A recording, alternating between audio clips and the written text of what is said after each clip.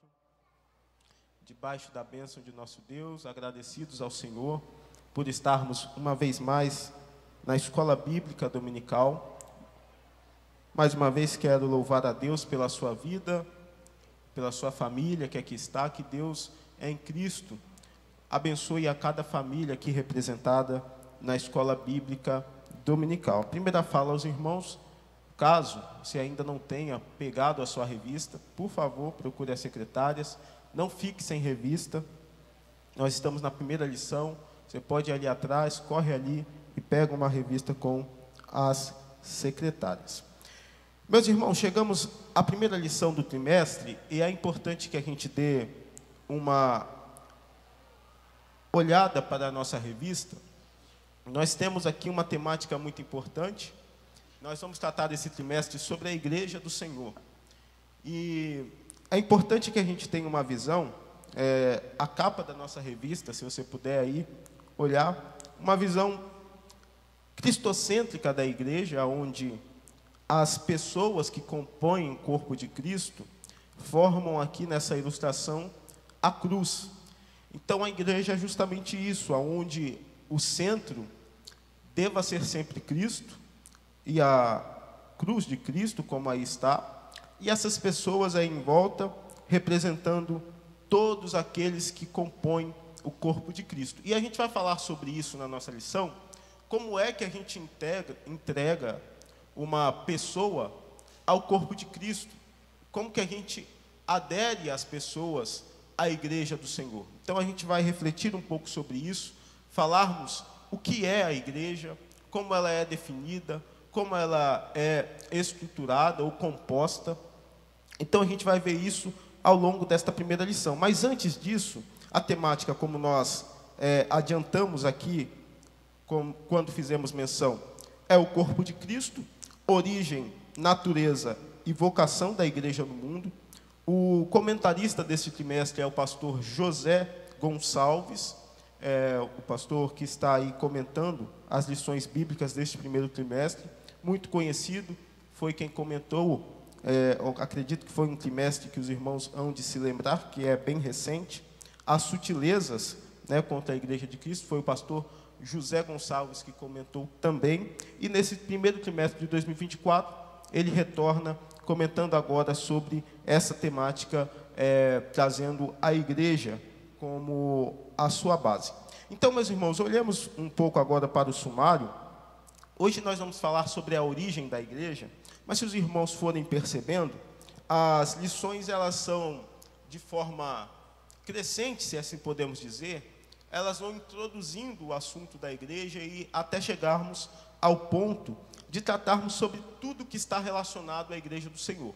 Então, vocês percebam que a gente vai tratar hoje sobre a origem da igreja. A primeira lição, como de costume, uma lição panorâmica, uma lição introdutória, que vai abordar aí a temática do trimestre de uma forma inicial. Mas na lição de número 2, nós podemos perceber que vamos tratar sobre imagens bíblicas da igreja.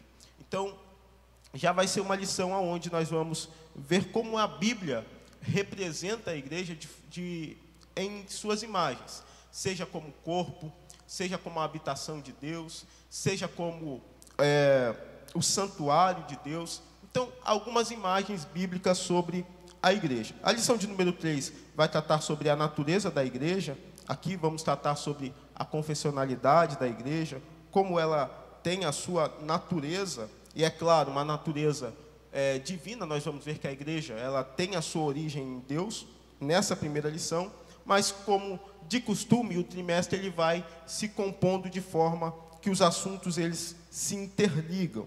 Lição de número 4, a igreja e o reino de Deus. A lição de número 5, tratando sobre a missão da igreja de Cristo. A lição de número 6 vai tratar sobre igreja, organismo e organização. Lição de número 7, o ministério da igreja. Lição de número 8, a disciplina na igreja, uma lição importante. A lição de número 10, ou melhor, lição de número 9 e 10, vão tratar sobre duas ordenanças de Cristo para a igreja. O batismo como a primeira ordenança da igreja e a ceia do Senhor como a segunda ordenança da igreja. A lição de número 11, o culto da igreja cristã. uma lição também muito importante num tempo onde a gente tem alguns absurdos por aí, né, sobre o culto de algumas organizações, e a gente vai tratar sobre o culto da igreja cristã, é claro, isso dentro das doutrinas que nós cremos e que professamos. Então, é uma lição também importante.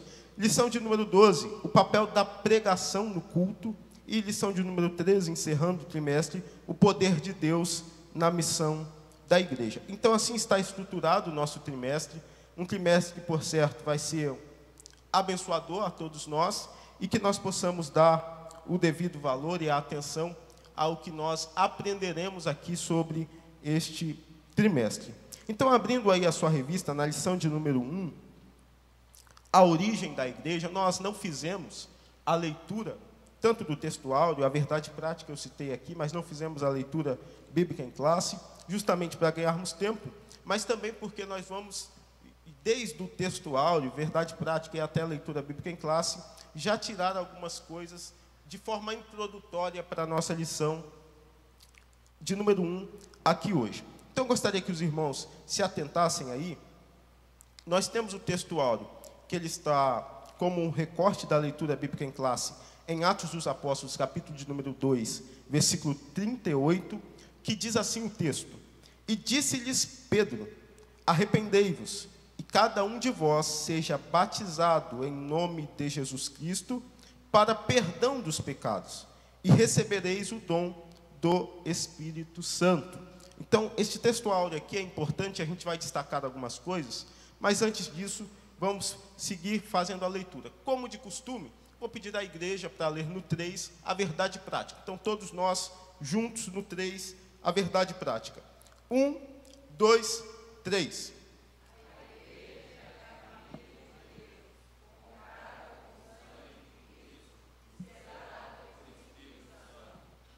Então, a igreja é a família de Deus, comprada com o sangue de Cristo e selada com o Espírito Santo. E esta verdade prática aqui é também importante, e a gente vai destacar algumas coisas também nela. A leitura bíblica em classe se encontra em Atos dos Apóstolos, capítulo 2, versículos 1 e 2, e versículos 37 e 38. Versículo 1 diz assim: após minha igreja pode ler o versículo 2, e a gente conclui a leitura bíblica em classe seguindo assim: Cumprindo-se o dia de Pentecostes, estavam todos reunidos no mesmo lugar.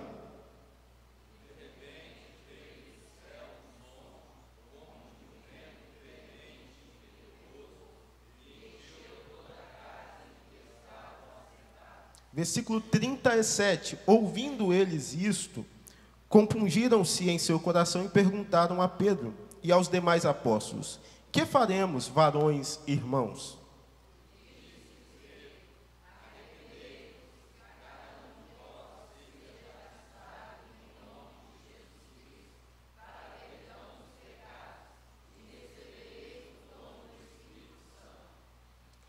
Então, esta foi a nossa leitura bíblica em classe. E nesta lição nós temos, como é costume nosso, um objetivo para cada ponto da nossa lição. Nós temos 3 pontos.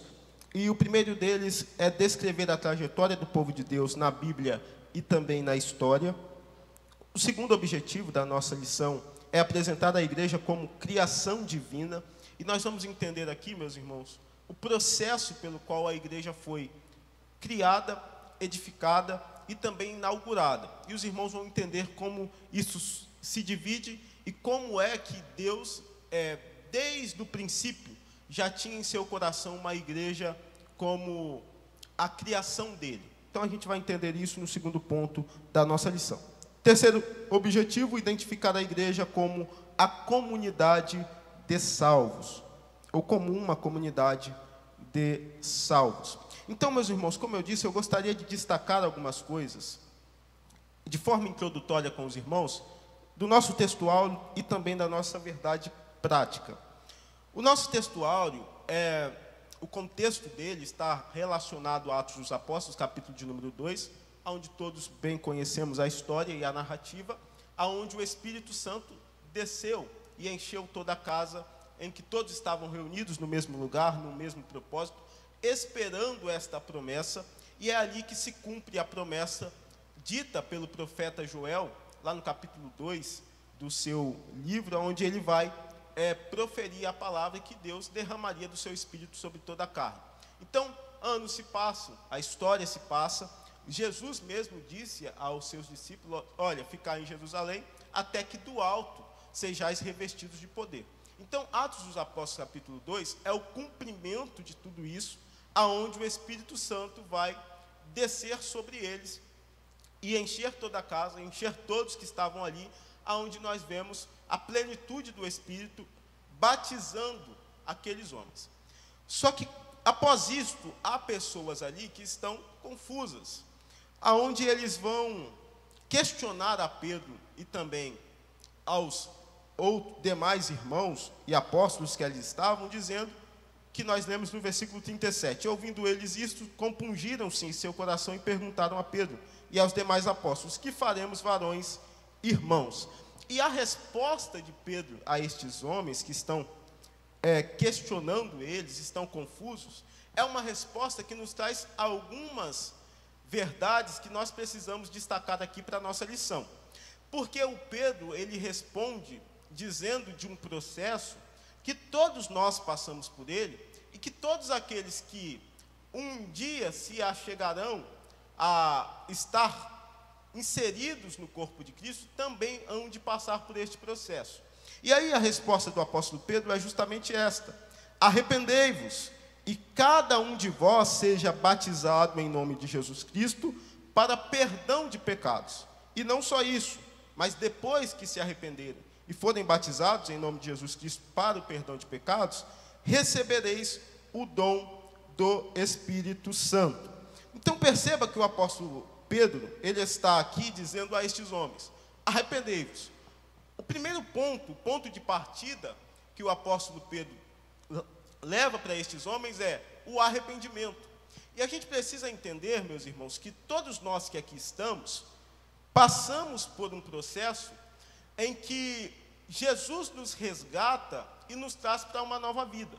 Então, quem faz parte da igreja do Senhor, quem faz parte do corpo de Cristo, estes são alcançados por essa transformação.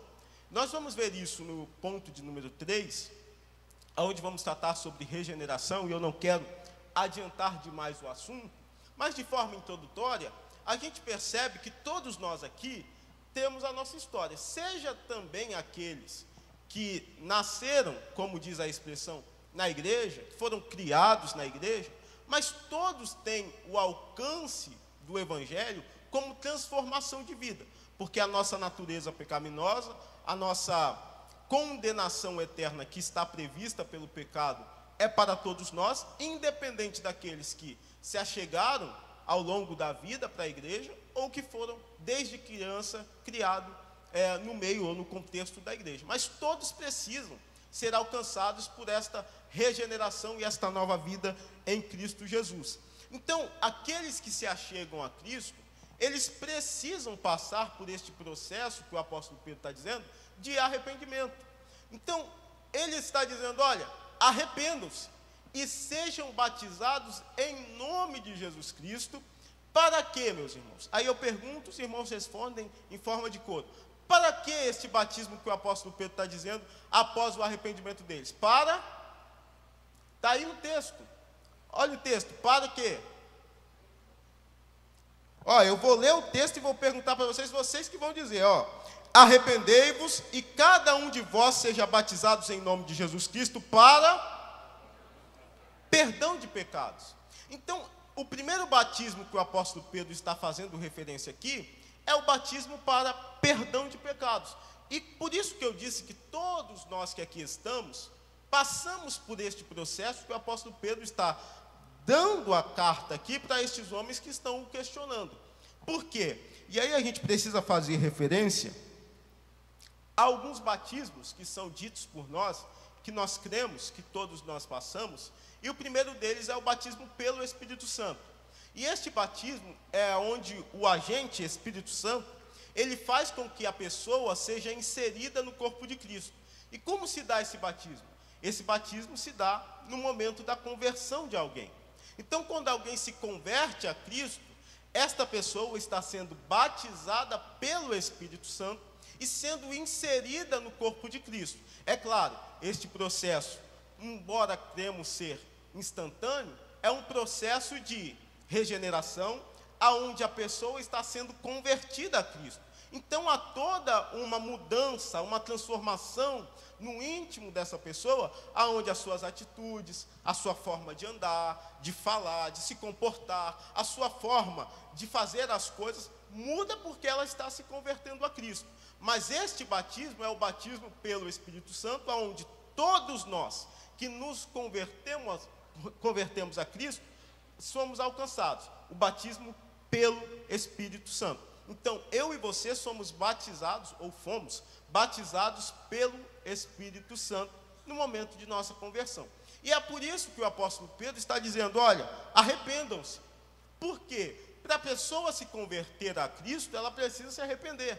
Ela precisa deixar a sua velha vida para viver a novidade de vida em Cristo Jesus. Então, ele está dizendo, olha, arrependam-se e em nome de Jesus Cristo sejam batizados, este batismo que estamos citando aqui aos irmãos, para o perdão de pecados. Então, para a pessoa fazer parte da igreja, a primeira coisa é o arrependimento, o batismo pelo Espírito Santo, aonde ela começa, então, a ser inserida no corpo de Cristo. E após isto, o apóstolo Pedro faz referência a outro batismo, que é o batismo onde nós queremos ter por evidência direta o falar em outras línguas, que é o batismo da virtude do Espírito Santo. E este batismo não é fonte de salvação. Nós precisamos distinguir isso.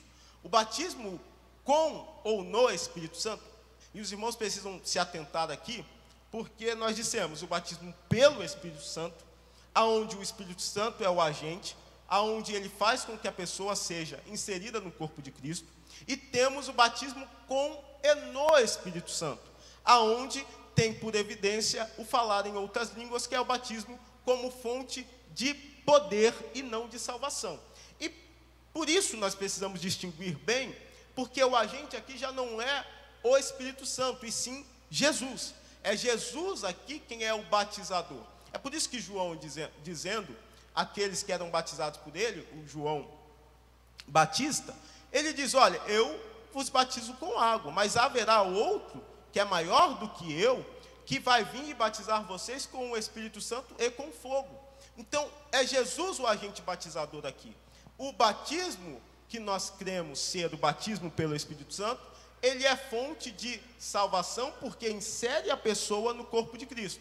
Agora, os batismos, ou melhor, o batismo com e no Espírito Santo, é o batismo como fonte de poder. E este é só para o salvo. E é por isso que o apóstolo Pedro está dizendo, olha, vocês não estão entendendo o que está acontecendo aqui, mas o processo que vocês precisam seguir é este. Arrependam-se e serão batizados em nome de Jesus para o perdão de pecados, e depois disso recebereis o dom do Espírito Santo, que nós entendemos como batismo com e no Espírito Santo, como fonte de poder, que tem por evidência o falar em outras línguas. E por que? Aí os irmãos podem perguntar, mas qual que é certo, qual que é errado? Com e no não há diferença, você pode usar como for de costume. Eu acredito que nós usamos e citamos muito mais o batismo com o Espírito Santo, mas não há problema. O batismo no Espírito Santo, ele é por alguns mais defendido, porque a ideia é de mergulhar no Espírito Santo, uma imersão no Espírito. E aí seria o batismo no Espírito Santo, aonde nós mergulhamos no poder deste Espírito, mas não há problema algum você dizer com ou no, fica ao seu critério, e nós entendemos assim sendo o mesmo batismo. Então, o nosso textuário está nos mostrando aqui um relevante processo que todos nós passamos, que nós precisamos nos arrepender, sermos batizados em nome de Jesus, isto pelo Espírito Santo no momento de nossa conversão. E é claro que há o outro batismo, que é o batismo em águas, que nós cremos também como o arrependimento, ou a expressão de arrependimento, e é um processo que faz parte também daqueles que se achegam à igreja do Senhor. E depois disso, depois de ser salvo, depois de ser inserido no corpo de Cristo, aí sim este crente no Senhor, ele pode receber o dom do Espírito Santo, como o apóstolo Pedro está dizendo, no batismo com e no Espírito, e este batismo como fonte de poder. E aí os irmãos, se observarem a nossa verdade prática, ela também traz alguns ensinamentos importantes para nós a respeito da igreja. Nós estamos vendo que o nosso comentarista, ele colocou aí dizendo que a igreja é a família de Deus, comprada com o sangue de Cristo e selada com o Espírito Santo. Aqui a gente vê uma referência à Trindade, onde nós temos Deus Pai, Jesus e também o Espírito Santo, e todos eles fazendo parte desta construção ou composição da igreja. Então, quando a gente percebe, o comentarista ele coloca, é a família de Deus. O que é a igreja? A família de Deus. E aí eu gostaria que os irmãos abrissem a Bíblia, em Gálatas, capítulo de número 4, versículo 4 e 5.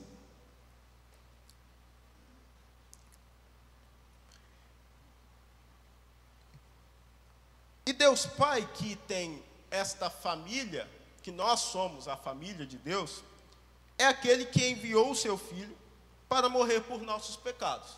Então, se nós fazemos parte desta família de Deus, é porque Deus, um dia, Ele, por misericórdia e graça, enviou o seu único Filho, o Filho unigênito, para morrer por nossos pecados, e nos deu, então, a possibilidade de nos achegarmos e estarmos hoje, como podemos dizer, sendo parte desta família, a família de Deus.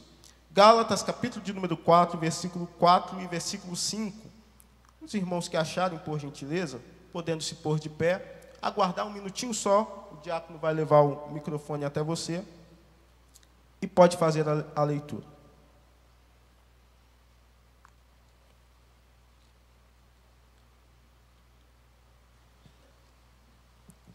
A paz do Senhor, irmãos. Gálatas, capítulo 4, verso 4 e 5 diz assim: Mas, vindo a plenitude dos tempos, Deus enviou o seu Filho, nascido de mulher, nascido sob a lei, para remir os que estavam debaixo da lei, a fim de recebermos a adoção de filhos. Então, para que nós pudéssemos receber esta adoção de filho e fazer parte desta família de Deus, Deus, o Pai, enviou um dia o seu Filho para morrer por nossos pecados. E é por isso que nós somos esta família, a família de Deus. Porque um dia podemos dizer, pela graça de nosso Senhor Jesus, que somos feitos filhos de Deus. Não só isto, a igreja também é comprada com o sangue de Cristo e selada com o Espírito Santo. Então, por que o Deus Filho está aqui nesta composição da igreja, dita pelo comentarista? É porque Ele é quem consuma esta obra projetada por Deus Pai. Então, o Filho enviado é quem vai consumar todas estas coisas. Então, a gente pode abrir a Bíblia, João capítulo de número 17, versículo 4 e versículo 5. Evangelho de João, capítulo 17, versículo 4 e versículo 5.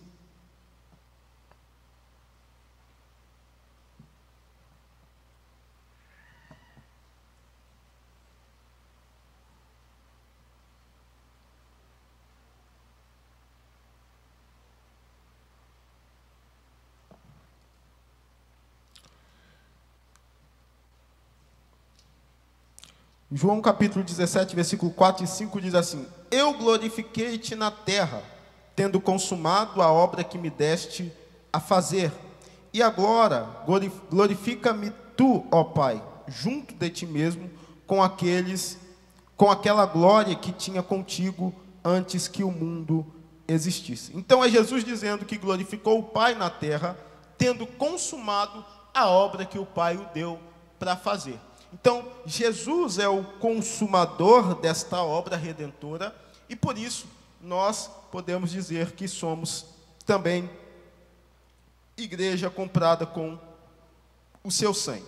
E a igreja é selada com o Espírito Santo. Então, além de ser família de Deus, além de ser comprada com o sangue de Cristo, a igreja é selada com o Espírito Santo. Primeira carta de Paulo aos Coríntios, capítulo 12, versículo 13.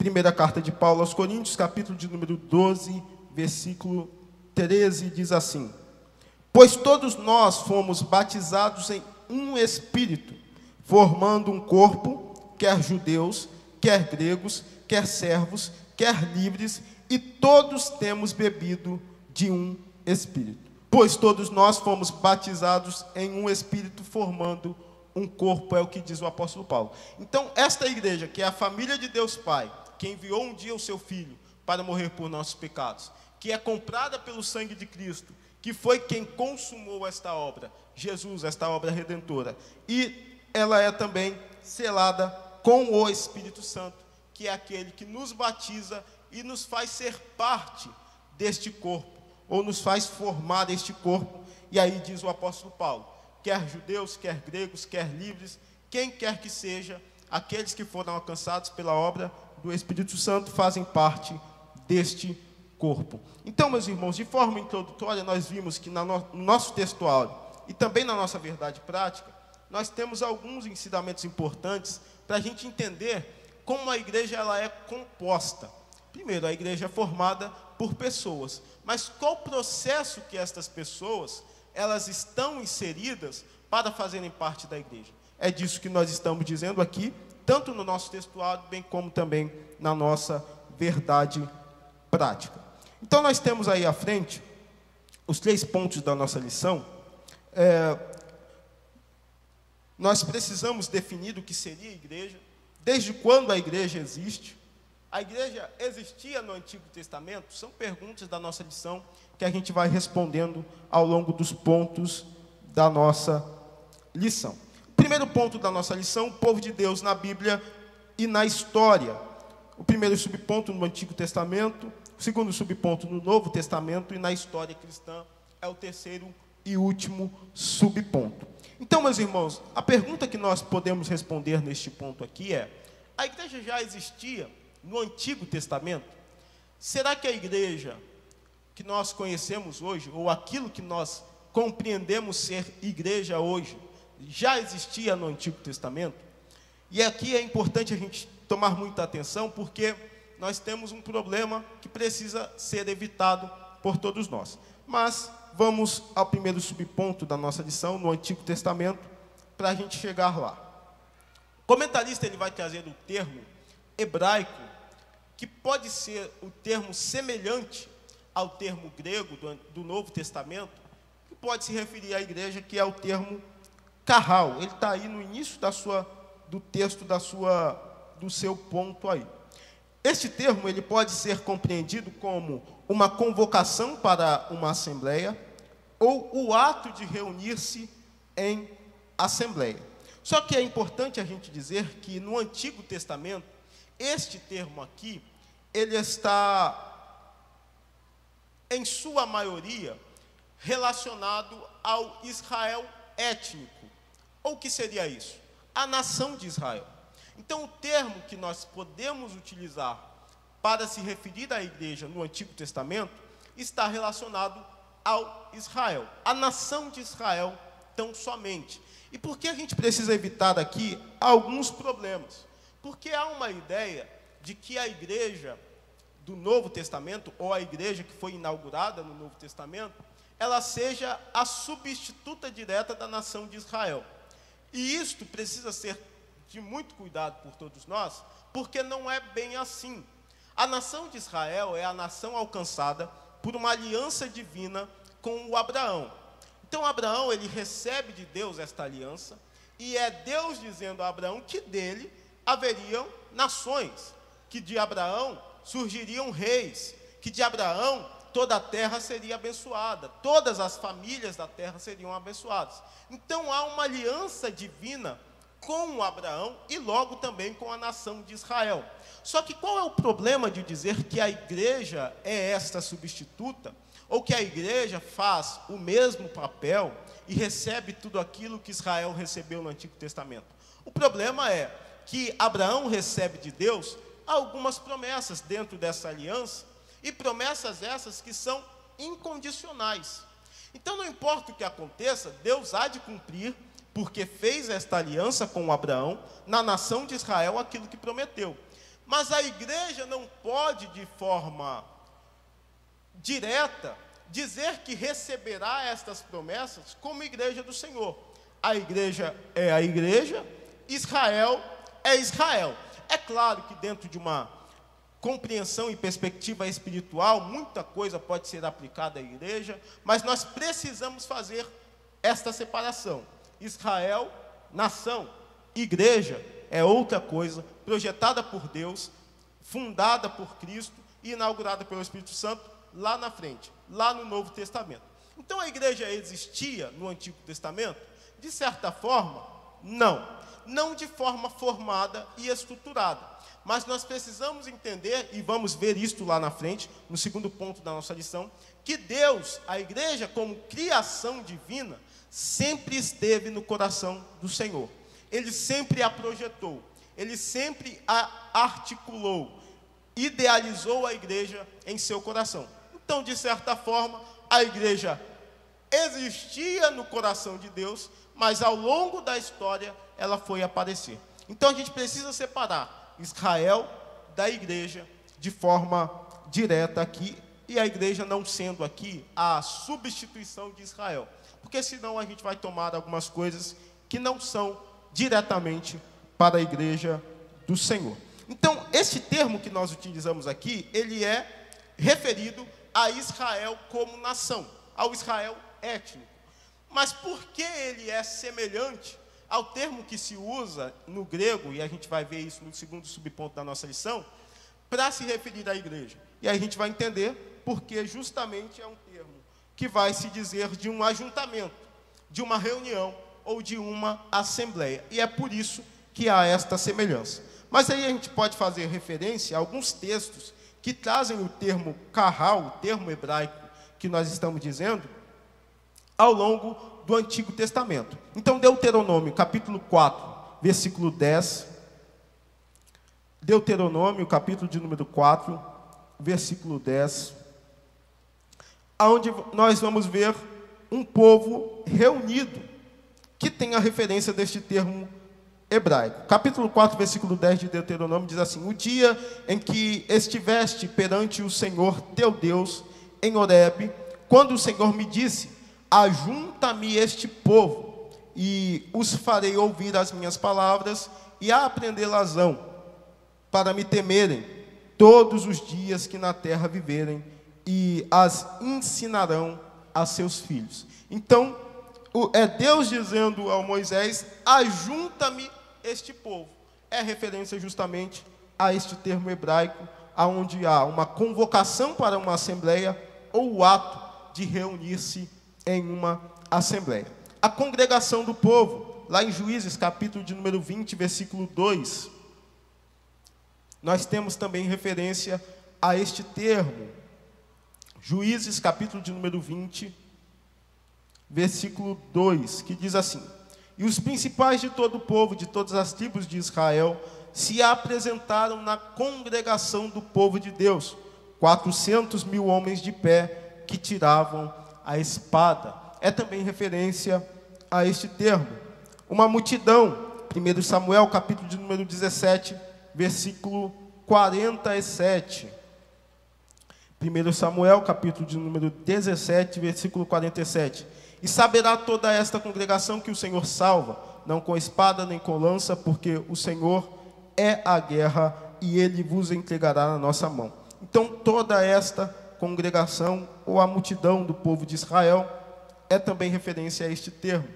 A congregação de Israel, lá em 1 Crônicas, capítulo de número 13, versículo 2, e também um grande ajuntamento em Neemias, capítulo 5, versículo 7. Então, diferentes textos ao longo do Antigo Testamento vão fazer referência a este termo hebraico, kahal, que pode ser entendido como a assembleia, o ajuntamento de o povo em uma assembleia. Só que isto está diretamente ligado ao Israel. E é isso que a gente está explicando aos irmãos aqui. É por isso que a gente não pode dizer de forma direta que a igreja existia já no Antigo Testamento. É claro que a perspectiva futura de um povo, ou da igreja do Senhor, que estava já idealizada no coração de Deus, já havia. Mas a igreja que nós vamos tratar aqui, que é formada lá na frente no Novo Testamento, não existia ainda no tempo do Antigo Testamento. O que nós temos aqui é o povo de Deus. O povo de Deus, este a saber, Israel. O segundo subponto da nossa lição trata o povo de Deus no Novo Testamento. E aqui a gente vai ter outro termo que se refere à igreja cristã, que é eclesia, que é um termo grego muito mais conhecido por todos ao longo da história. Então, o termo grego eclesia, ele é a junção de dois termos que vão nos fazer entender o que a declaração de fé das Assembleias de Deus vai dizer sobre a igreja. Eclesia, a origem, deixa eu só abrir aqui, meus irmãos.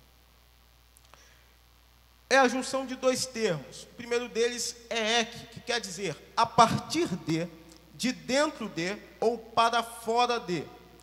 Juntamente com klesis, que quer dizer chamada ou uma convocação. E aí a declaração de fé das Assembleias de Deus, tratando sobre a igreja, vai dizer que nós queremos ser a igreja como o significado de chamados para fora, que é justamente o significado destes dois termos, que se juntando é eclesia. Então, a igreja do Senhor, no Novo Testamento, ela é definida e referida com este termo grego, eclesia. Principalmente, o Lucas, em Atos dos Apóstolos, ele vai dizer muito este termo eclesia, como se referindo à igreja. Então, meus irmãos, aqui no Novo Testamento, nós temos algumas coisas que podem ser destacadas. Este termo, ele pode se referir, primeiro, a um grupo local. Então, a um grupo local de uma igreja ou de um ajuntamento de crentes, mas também a Igreja Universal dos Salvos. E aí a gente tem alguns textos para referir aos irmãos, e eu gostaria que quem abrisse pudesse se colocar de pé e fazer a leitura. Primeiro, há um grupo local de cristãos, a gente tem Mateus capítulo 18, versículo 17, e Atos capítulo 5, versículo 11. Mateus capítulo 18, versículo 17, e Atos capítulo de número 5, versículo 11.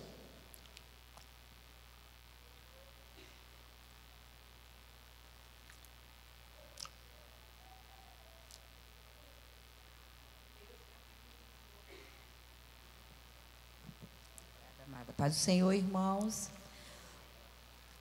E se ele recusar ouvi-los, dize-o à igreja. Mas se recusar ouvir a igreja, seja ele para ti como um homem gentio e um publicano. Então, esses termos utilizados aí é justamente eclesia, o termo grego para igreja no Novo Testamento. Atos dos Apóstolos, capítulo 5, versículo 11.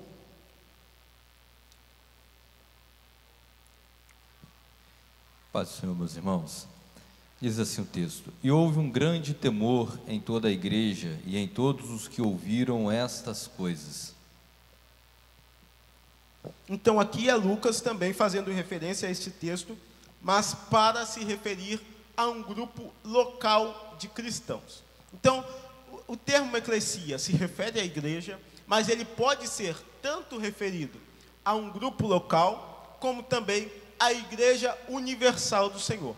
E aí, para a Igreja Universal do Senhor, nós temos outros textos que vão tratar sobre isso. Atos dos Apóstolos, capítulo de número 9, versículo 31. Primeira carta de Paulo aos Coríntios, capítulo de número 12, versículo 28. E também Efésios, capítulo de número 1, versículo 22. Então, quem achar Atos dos Apóstolos, capítulo 9, versículo 31, pode ler.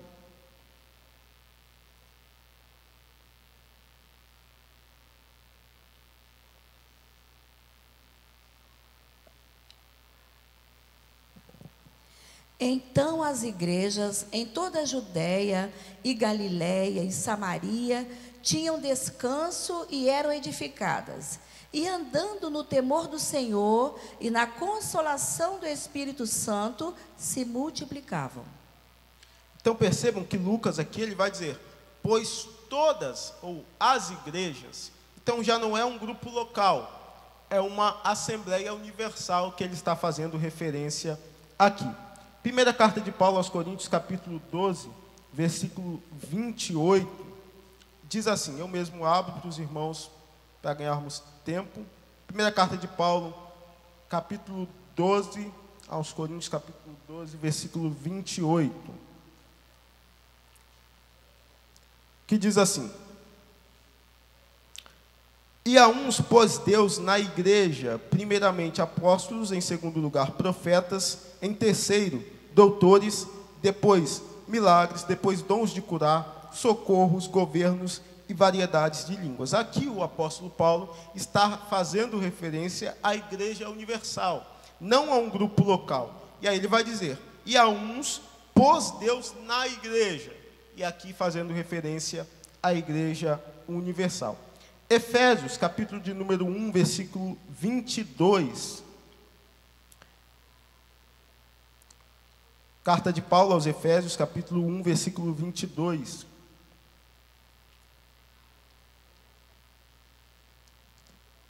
Quem achar pode ler.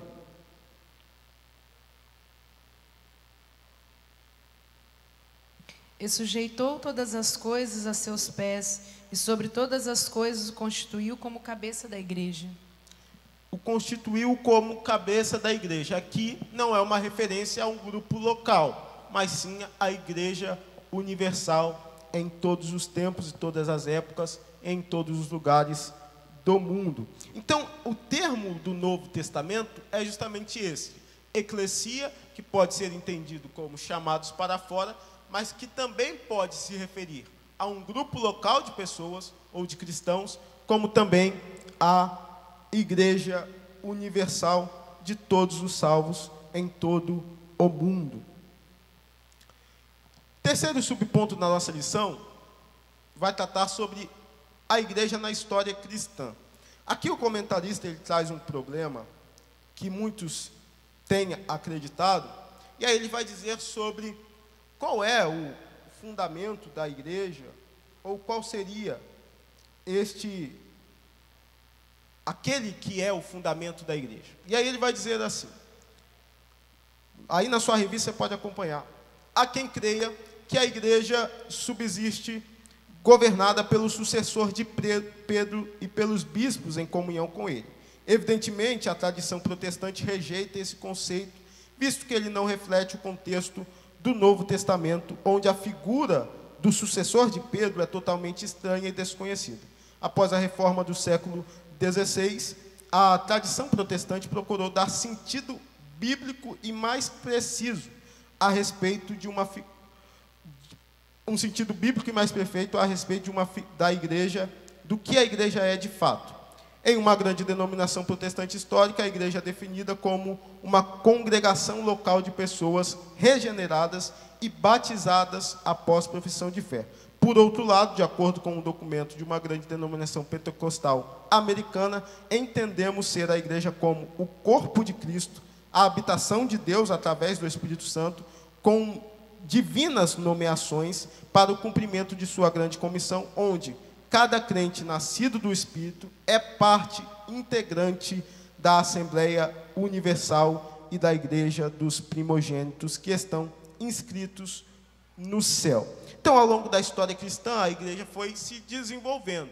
E após Atos dos Apóstolos, e aqui a gente vai adiantar um pouco o segundo ponto da nossa lição, que vai tratar sobre a inauguração da igreja, que é em Atos dos Apóstolos, capítulo de número 2, a partir dali, nós temos algumas crenças. E muitos podem crer e definir a igreja ao longo de alguns personagens históricos que foram importantes para a sua história. Mas é importante a gente dizer que a igreja, independente daqueles que passaram, ou, claro que são importantes para a história da igreja, mas a igreja está fundamentada em uma verdade, que é a verdade que o próprio apóstolo Pedro trouxe no nosso texto áureo, por exemplo, aonde nós temos crentes no Senhor, pessoas que foram alcançadas por um processo, e este processo, ele é um plano salvacional de Deus. Então, quando a gente vai ver o segundo ponto da nossa lição, a igreja como criação divina, é Deus quem a criou. O processo histórico pela qual ela passou está dentro de um plano divino. A formação da igreja, seja pelos apóstolos, pelas lideranças que se levantaram, seja nas reformas que foram feitas, nas crenças proferidas, nas declarações que foram estabelecidas pela doutrina, em tudo isso há um plano de Deus. E aí a gente vai ver como isso se desenvolveu, porque Deus planejou isso, arquitetou isso, a igreja é idealizada por Deus e ao longo da história ela foi formada. Então é por isso que a gente pode entender a igreja, justamente nesta definição aqui que o comentarista colocou, o corpo de Cristo, a habitação de Deus pelo Espírito Santo, é justamente formada por estes crentes, estas pessoas que foram alcançadas por este processo ou esse plano salvacional de Deus. Então, a pessoa para fazer parte desta igreja aqui, deste povo, desta família, como diz a nossa verdade prática, ela precisa passar por esse processo salvacional, regenerativo e também de uma forma alcançada por esta conversão verdadeira e aí sim fazer parte da igreja. Então, ao longo da história, a igreja foi formada ao longo deste, ou dentro deste processo planejado por Deus, que é a criação divina da igreja. Então, meus irmãos, o primeiro ponto da nossa lição mostrou o povo de Deus na Bíblia e na história. A gente viu que no Antigo Testamento nós temos um problema que é relacionar a igreja de Cristo, ou a igreja universal dos salvos, com o Israel. Israel é a nação que tem uma aliança com Deus, que vai receber todas as suas promessas que Deus fez a Abraão, e isto não vai ser tirado de Israel. E a igreja é outro organismo, outra instituição de Deus também, que não diz respeito a um grupo étnico, como Israel. Não é judeus. A igreja é de todos aqueles que foram salvos por Cristo. É o que o apóstolo Paulo diz. Quer judeus, quer gregos, quer livres, quem quer que seja, que foi alcançado pela obra redentora do Senhor, faz parte desta igreja. Então a igreja, ela rompe a barreira étnica e de nação para ser de todos aqueles que foram alcançados pelo Senhor. É o que João diz em seu evangelho. E todos quantos o Senhor chamar. Então todos que o Senhor chamar e que forem alcançados por esta obra, farão parte da igreja do Senhor, que foi constituída por Deus. Então, o segundo ponto da nossa lição, a igreja como criação divina. Aqui é importante, eu disse que iria explicar aos irmãos, o que seria, ou como nós vamos diferenciar e definir isso, a criação de Deus, a edificação da igreja e a sua inauguração. É um processo que foi feito ao longo da história, que a gente precisa entender como é que a igreja chegou a ser o que é hoje. Mas o primeiro subponto da nossa lição vai tratar sobre a igreja como um ideal de Deus. E aqui é importante a gente definir isto, porque, como eu disse aos irmãos, no Antigo Testamento não há igreja formada, inaugurada como é após o dia de Pentecostes, que nós conhecemos hoje. Não há isto no Antigo Testamento. Mas há Deus idealizando em seu coração o que seria a igreja hoje.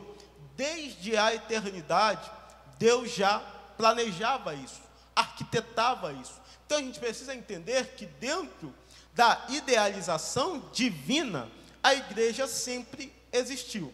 Então vamos lá. Segundo ponto da nossa lição, a igreja como criação divina. O primeiro subponto, a igreja como o ideal de Deus. Então, meus irmãos, é o que eu estou dizendo a vocês. Antes que a igreja fosse formada e inaugurada, Deus já havia a idealizado. Então, na perspectiva divina, a igreja sempre existiu. Só que há um processo aqui que foi tendo e formando a igreja como ela é hoje. Mas antes que a gente chegue lá, neste processo, abra comigo a sua Bíblia, Efésios capítulo 3, versículo 1 a versículo 12. Que a gente vai parando o texto para que a gente entenda o que a gente está falando aqui. Efésios capítulo 3, versículo 1 ao versículo 12. E aí os irmãos acompanhem a leitura. O mistério da vocação dos gentios. Então o apóstolo Paulo está tratando com os efésios este mistério, que foi uma coisa que trouxe muito debate, aonde não se queriam aceitar gentios na igreja convertida a Cristo, ao Evangelho, no meio cristão, porque para eles era só judeus que poderiam fazer parte. É o problema da etnia, o Israel como nação prevalecendo no meio da igreja. E isto para nós não é o que a gente crê. A igreja do Senhor rompe esta barreira e aceita a todos. Todos quantos forem alcançados por esta obra podem fazer parte da igreja. Seja israelita, judeu ou não, todos podem fazer parte desta igreja. E Paulo vai tratar sobre isso com os efésios, dizendo assim: por esta causa, eu, Paulo, sou prisioneiro de Jesus Cristo por vós, os gentios. Então o apóstolo Paulo está dizendo que ele toma, sim, o partido dos gentios, de certa forma, para os defender diante dos judeus que não os queriam aceitar. Se é que tendes ouvido a dispensação da graça de Deus, que para convosco me foi dado. Como me foi este mistério manifestado pela revelação, como antes um pouco vos escrevi, por isso, quando ledes, podeis perceber a minha compreensão do mistério de Cristo, o qual, noutros séculos, não foi manifestado aos filhos dos homens, como agora tem sido revelado pelo Espírito aos santos apóstolos e profetas, a saber que os gentios são co-herdeiros e de um mesmo corpo, e participantes da promessa de Cristo pelo Evangelho. Então o que o apóstolo Paulo está dizendo? A gente percebe, do versículo 4 em diante, o que ele está dizendo é, ou melhor, versículo 3 em diante, ele está dizendo que há um mistério que foi revelado. Este mistério é o Cristo, versículo 5, que noutros séculos não se havia manifestado ao Filho dos homens, como agora tem sido revelado pelo Espírito aos santos apóstolos e profetas. E qual é este mistério que é revelado por Cristo? A saber que os gentios são co-herdeiros e de um mesmo corpo, e participantes da promessa de Cristo pelo Evangelho. Então o que o apóstolo Paulo está dizendo? Olha, a igreja ela é formada por todos, judeus, gentios, todos quantos forem alcançados por esta obra. Mas este mistério não havia sido revelado. Porque como isto é possível? Nesta nova aliança, que agora aceita a todos que Cristo chamar, como isto é possível? Por Jesus. Só que Jesus não havia sido revelado em outros tempos, ou noutros séculos, como diz o apóstolo Paulo. Então, isto era mistério, só que agora ele foi revelado. Jesus já veio, Jesus já subiu na cruz, Jesus já redimiu a todos, Jesus já disse que estava consumado. Então agora este mistério está revelado. E aí o apóstolo Paulo está dizendo, olha, agora os gentios fazem parte também deste corpo, desta igreja universal. Eles também são co-herdeiros de Deus com Cristo. Então o mistério que foi revelado é Jesus, que deu a possibilidade dos gentios, como nós, fazermos parte deste corpo ou desta igreja. Então o apóstolo Paulo está mostrando aqui, que é importante a gente dizer, a gente vai continuar os versículos que se seguem, mas que é importante dizer que o mistério que para os homens não estava revelado, para Deus já era sabido. Então isto que foi um processo ao longo da história, em que Cristo veio, Cristo se sacrificou, morreu por todos, a igreja foi estabelecida pelos apóstolos lá no tempo primitivo, no primeiro século. Isso tudo foi um processo onde Deus já havia idealizado. O Cordeiro de Deus, diz o texto sagrado, já estava preparado desde a fundação do mundo, ou antes da fundação do mundo.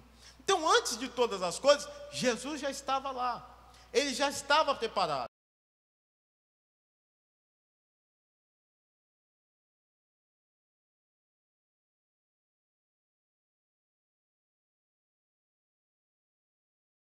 O seu poder.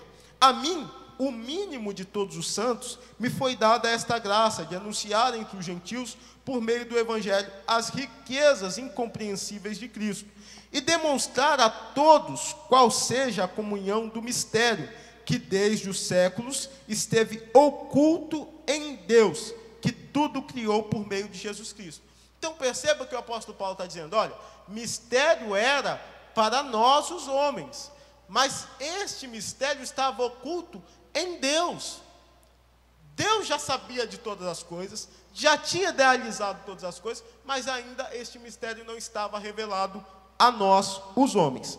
Para que agora, pela igreja, isto aqui como igreja universal, a multiforme sabedoria de Deus seja conhecida dos principados e potestades nos céus, segundo o eterno propósito que fez em Cristo Jesus, nosso Senhor, no qual temos ousadia e acesso com confiança pela nossa fé nele. Então, quando o apóstolo Paulo diz o eterno propósito, é o que nos traz a ideia de que, antes de todas as coisas, Deus já tinha tudo isso idealizado.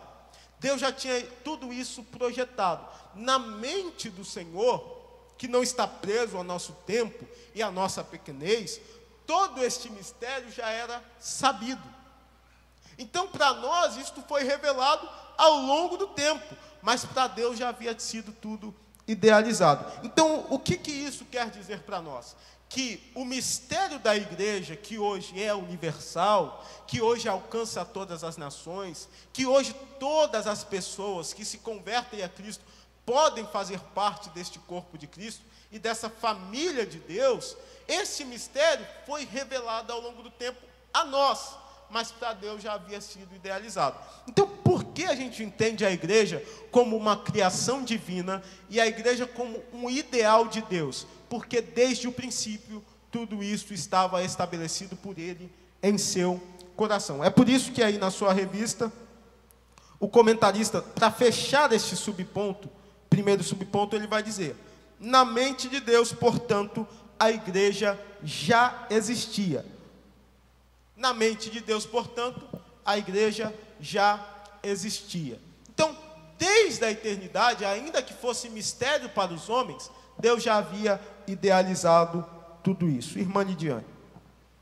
Paz do Senhor, irmãos. Estou comentando com a irmã Milka aqui, que a carta de Efésios ela é tão cristocêntrica, né?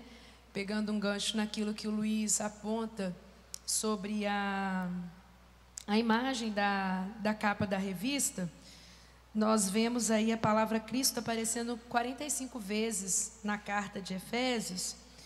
E também uma curiosidade, algo que me chamou a atenção, que o apóstolo Paulo ele fala no capítulo 2, no verso 12, que naquele tempo estava sem Cristo, separados da comunidade de Israel, estranho aos concertos da promessa, não tendo esperança e sem Deus no mundo. Ou seja, havia uma segregação étnica, né? Havia uma segregação de culto, porque ele está dizendo que parecia que Deus era exclusivo, parecia que tinha uma exclusividade, e essa exclusividade era dada ao povo de Israel. Aí no verso 16 da mesma carta, no capítulo 2, ele fala assim: e pela cruz reconciliar a ambos com Deus em um corpo, matando com ela as inimizades, e vindo, ele evangelizou a paz a vós que estáveis longe e aos que estavam perto. É interessante porque ao mesmo quando a gente olha, parece que eles estavam perto por terem uma promessa, mas estavam longe porque não conheciam o mistério da graça. Então, quando Deus abre essa porta através do Emanuel, né, através de Jesus, o Deus conosco, o apóstolo Paulo ele vai dizer que ele veio para evangelizar a paz, mas não só para aqueles que parecia que não tinha, parecia que nunca iriam alcançar algum favor de Deus, mas também para aqueles que estavam presos na religião, na religiosidade. Então ele veio alcançar. E isso de fato, se a gente for verificar, só um evangelho cristocêntrico que consegue fazer dissipar a inimizade e evangelizar a paz. Então a gente precisa também tomar cuidado, porque o que a gente observa hoje, até mesmo com a internet, né, as pessoas querendo evangelizar com a que a gente chama de lacração, né? Elas querem de alguma forma defender a Cristo, e Cristo não precisa de defesa, né? Então a gente vê aqui nessa carta, que é totalmente cristocêntrica, o apóstolo Paulo dizendo no 18, para finalizar: porque por ele ambos temos acesso ao Pai em um mesmo Espírito. Então ambos, ele está dizendo, olha, judeus, né, quer de qualquer lugar, se você foi alcançado por esse evangelho, você faz parte desse corpo. Então eu queria dividir com os irmãos essa curiosidade, para a gente verificar o quanto essa carta ela é cristocêntrica, no sentido de dizer que todas as coisas foram feitas através da pessoa de Cristo. E isso, irmãos, que a irmã Lidiane está dizendo, é justamente o que a gente precisa entender, logo na primeira lição, que tudo que diz respeito à igreja, culmina em Cristo. Ele é o fundamento, ele é o cabeça desta igreja, ele é aquele que faz com que nós estejamos aqui. E isto é de forma pessoal, porque Cristo nos alcançou, eu e você, ele nos alcançou. Então, se eu e você hoje fazemos parte desta família e deste corpo de Cristo, é porque Jesus um dia esteve na cruz por mim e por você. Então, é um ideal que a gente precisa tomar, desde esta primeira lição, onde a igreja ela está fundamentada em Jesus, em tudo o que diz respeito a ela. Então, aqui lendo o texto aos Efésios, a gente percebeu que Deus projetou, idealizou isso, este mistério que o apóstolo Paulo está citando, desde a fundação do mundo, desde a eternidade, Deus já havia projetado, já havia idealizado em seu coração. Então, em Deus, o mistério que estava oculto para nós, já existia no seu coração. Em Deus, o mistério já existia. E aí, aqui eu gostaria de que a gente tornasse aquilo que citei aos irmãos, aonde nós temos Deus criando a igreja, ou projetando a igreja. Jesus é aquele que vai edificar esta igreja, ou fundamentar esta igreja, e o Espírito Santo é aquele que inaugura a igreja. Então, como é que a gente vai entender isso? Vamos para o segundo subponto da nossa lição: a igreja como uma realidade concreta. Então, no primeiro subponto, a gente viu que Deus havia projetado, idealizado em seu coração a igreja. Só que a igreja não vai ficar só no ideal de Deus. A igreja vai se tornar concreta. Ao longo da sua formação, a igreja torna-se concreta. O comentarista ele vai citar Gálatas, capítulo 4, versículo 4, onde ele vai dizer: mas vindo à plenitude dos tempos, Deus enviou o seu Filho, nascido de mulher, nascido sob a lei. Aonde o início da igreja acontece aí, aonde na plenitude dos tempos, Deus envia o seu único Filho. Só que a igreja vai se formando. Como é que a gente entende isso? E aqui nesse segundo subponto, o comentarista vai dizer que a igreja ela é inaugurada lá na frente, no dia de Pentecostes. Ela passa a existir de forma concreta só lá na frente. Só que Jesus é aquele que edifica a sua igreja. Os irmãos vão se lembrar do ensinamento de Jesus, ele mesmo dizendo: e eu edificarei a minha igreja. Então Jesus ele vai edificar a igreja dele ao longo do seu ministério terreno, junto com seus apóstolos. E aí, quando Jesus vai para a cruz do Calvário, ele faz com que tudo esteja consumado, mas após ressuscitar, Jesus aparece aos seus discípulos, e o texto de João, capítulo 20, versículo 19, vai dizer que Jesus vai soprar neles o Espírito Santo. Jesus soprou e disse: recebei o Espírito Santo.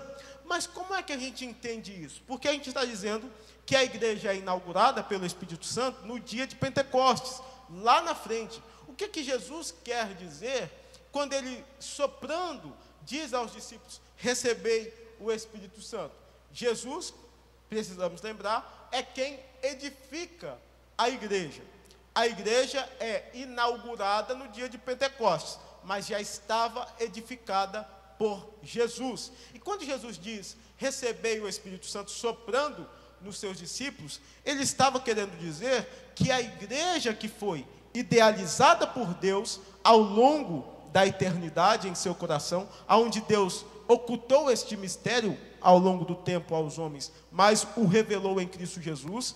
Esta igreja que foi idealizada por Deus, que foi edificada por Jesus enquanto esteve na terra, ela já estava formada.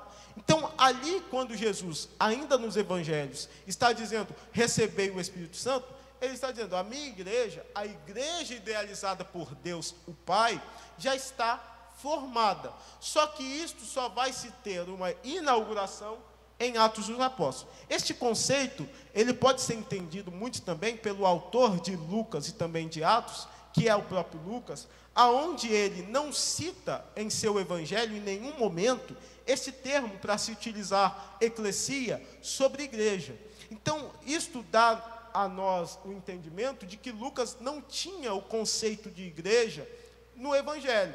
Mas em Atos dos Apóstolos, ele aparece o termo 24 vezes. Então, o mesmo Lucas que escreveu sobre Jesus em seu evangelho, entendeu que a igreja foi inaugurada, passou a existir de forma concreta e operante após o dia de Pentecostes, lá em Atos dos Apóstolos, capítulo de número 2. Então, a igreja que foi idealizada por Deus, é edificada por Jesus, mas inaugurada pelo Espírito Santo no dia de Pentecostes. Então, este processo que nós estamos citando aos irmãos aqui, é um processo de criação divina da igreja, onde é o próprio Deus quem projetou tudo isso. Então, ao longo da história, a igreja foi se formando, a igreja foi inaugurada, a igreja começou a operar e a crescer, mas dentro de tudo isso, nós precisamos entender que a formação e inauguração da igreja é a conclusão deste processo, ou desse projeto idealizado por Deus ao longo da história. Então, o mistério que estava oculto, agora foi inaugurado, é o que o comentarista coloca aí no terceiro subponto da nossa lição, a igreja no Pentecostes, onde ele diz que depois do Pentecostes, Lucas destaca que todos os dias acrescentava ao Senhor à igreja aqueles que se haviam de salvar, Atos capítulo 2, versículo 47. Dessa forma, a igreja que existia apenas no coração e na mente de Deus, se tornava uma realidade concreta quando o Espírito Santo é derramado no Pentecostes após a ressurreição de Jesus. Atos capítulo 2, versículo 1 e 2. Então, meus irmãos, nós entendemos aqui que a igreja é uma criação divina, a igreja foi projetada, ela foi idealizada por Deus em seu coração, muito, mas muito antes de nós entendermos o que é a igreja hoje. Este mistério que era Jesus, que possibilitou ser a igreja o que é hoje, universal, de todos aqueles que são alcançados pela obra redentora do Senhor, ela só foi possível por este mistério revelado, como disse o apóstolo Paulo aos Efésios, que é Jesus, e este mistério possibilita que nós sejamos o que somos hoje, a igreja do Senhor, universal, uma comunidade de todos os salvos, que é o que a gente vai ver no terceiro ponto da nossa lição. O tempo já não nos espera. Terceiro ponto da lição, a igreja como comunidade dos salvos. Primeiro subponto, regenerados pelo sangue de Cristo. Segundo subponto, selados pelo Espírito Santo. E o terceiro e último subponto, o batismo de Cristo e do Espírito. Então, meus irmãos, esse ponto aqui, nós já tratamos isto já em nossa introdução. Os irmãos vão perceber que os dois últimos subpontos, tratando sobre o selo do Espírito Santo e também o batismo de Cristo e o batismo do Espírito Santo, foi justamente o que nós tratamos, ainda falando sobre o texto áureo da nossa lição, quando o apóstolo Pedro responde àqueles homens dizendo: arrependei-vos e cada um de vós seja batizados em nome de Jesus Cristo para perdão de pecados e também recebereis o dom do Espírito Santo. Isto lá em Atos capítulo 2, versículo 38. Mas por que a igreja é uma comunidade dos salvos? Justamente porque é o ajuntamento deste povo que foi regenerado pelo sangue de Cristo. No Pentecostes, diz o comentarista, o apóstolo Pedro disse: arrependei-vos, cada um de vós seja batizados em nome de Jesus Cristo para o perdão de pecados. Com essas palavras, o apóstolo Pedro estava dizendo como se dá o ingresso de uma pessoa na igreja, ou seja, por meio do arrependimento e do batismo. A igreja é uma comunidade cristã formada por pessoas regeneradas que fizeram uma pública profissão de fé. Então, por que a igreja é a comunidade dos salvos? Justamente porque, para se ingressar na igreja, a pessoa precisa passar por este processo regenerativo, onde ela se arrepende em primeiro momento e ela é batizada pelo Espírito Santo para o perdão de seus pecados. E aí, é claro, como disse, há também o batismo nas águas, que é a profissão pública que todos nós fizemos, ou a maioria de nós aqui fizemos, para dizer que somos parte e membros deste corpo. Então, a igreja é a comunidade dos salvos, porque ela é o ajuntamento dos regenerados pelo sangue de Cristo. Então, todos aqueles que fazem parte da igreja, um dia foram alcançados por esta obra redentora e regenerativa. Mas este processo que nós estamos citando aqui é o requisito para que alguém possa ingressar no corpo de Cristo. O arrependimento, o batismo pelo Espírito Santo e a profissão pública de fé, para que sejam conhecidos de todos que esta pessoa agora faz parte do corpo de Cristo. Então, é assim que se forma e se compõe a igreja do Senhor. Como nós dissemos, a igreja, quando estamos nos referindo aqui à igreja, é a igreja universal, aquela que abraça a todos ao longo da história, em todo o mundo, a todos que professam esta fé em Cristo Jesus e foram alcançados por esta obra regenerativa. Então, meus irmãos, a primeira lição do nosso trimestre, ela veio nos mostrar que a igreja esteve sim, ao longo de toda a história bíblica, no Novo e também no Antigo Testamento, de certa forma. A igreja, ela é uma criação divina, foi o que vimos no segundo ponto da nossa lição, aonde Deus projetou e idealizou a igreja em seu coração, isto muito, mas muito antes da igreja ser o que é hoje. Então, a igreja é uma criação divina e o processo pelo qual ela passou, de edificação, de formação, de inauguração, é um processo que está dentro do plano divino, aonde Deus criou esta igreja. Ele foi aquele que a projetou. Nós vimos que Jesus, ele foi o edificador desta igreja. Então, Jesus, em seu ministério terreno, foi o que deu a base e estrutura para esta igreja. Ele mesmo disse: e eu edificarei a minha igreja. Então, Jesus é o edificador desta igreja. E o Espírito Santo é aquele que inaugurou e que mantém a igreja de pé. O Espírito Santo, desde o dia do Pentecostes, aonde foi derramado sobre todos aqueles que estavam reunidos num mesmo lugar, o Espírito Santo do Senhor, ele inaugura ali a igreja e mantém a igreja até hoje. Nós ainda somos sustentados por este mesmo Espírito que alcançou a Pedro, aos apóstolos e a todos quantos estavam reunidos naquele lugar. A igreja que pode ser representada por nós, que aqui estamos na Uberlândia, ela é sustentada por este Espírito Santo de Deus. Então, meus irmãos, nós vamos ler a conclusão da nossa lição e encerrar assim a primeira lição deste primeiro trimestre de 2024. Nesta lição, vimos como surgiu a igreja fundada por Jesus Cristo.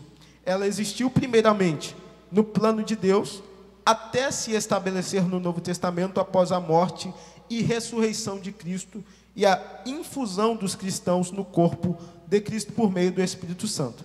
A igreja, portanto, não foi idealizada por homem algum, nem tampouco está fundada sobre teses humanas. O seu fundamento é Cristo, que é a cabeça da igreja. Por isso, é um grande privilégio fazer parte da igreja, o corpo de Cristo. Não só o corpo de Cristo, como diz a nossa verdade prática, a família de Deus, comprada pelo sangue de Cristo e selada pelo Espírito Santo. Eu faço parte desta igreja, você também faz parte desta igreja, e nós podemos dar graças a Deus, bendizer ao seu nome por estas coisas, porque é sim uma dádiva do Senhor, é saber que Ele nos alcançou, e mais que isso, Ele me e te aceitou no corpo dEle e na família dEle. Olha que glória, eu e você que não merecemos nada, como diz o apóstolo Paulo, quão miserável homem que sou, mas mesmo sendo miseráveis e pecaminosos, o Senhor, Ele nos aceita como parte de sua família.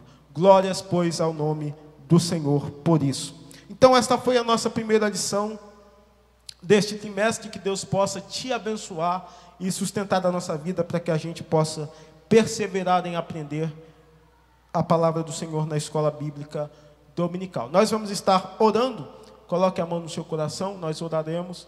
Após isso, a Natália estará louvando ao Senhor e os diáconos colhendo a oferta.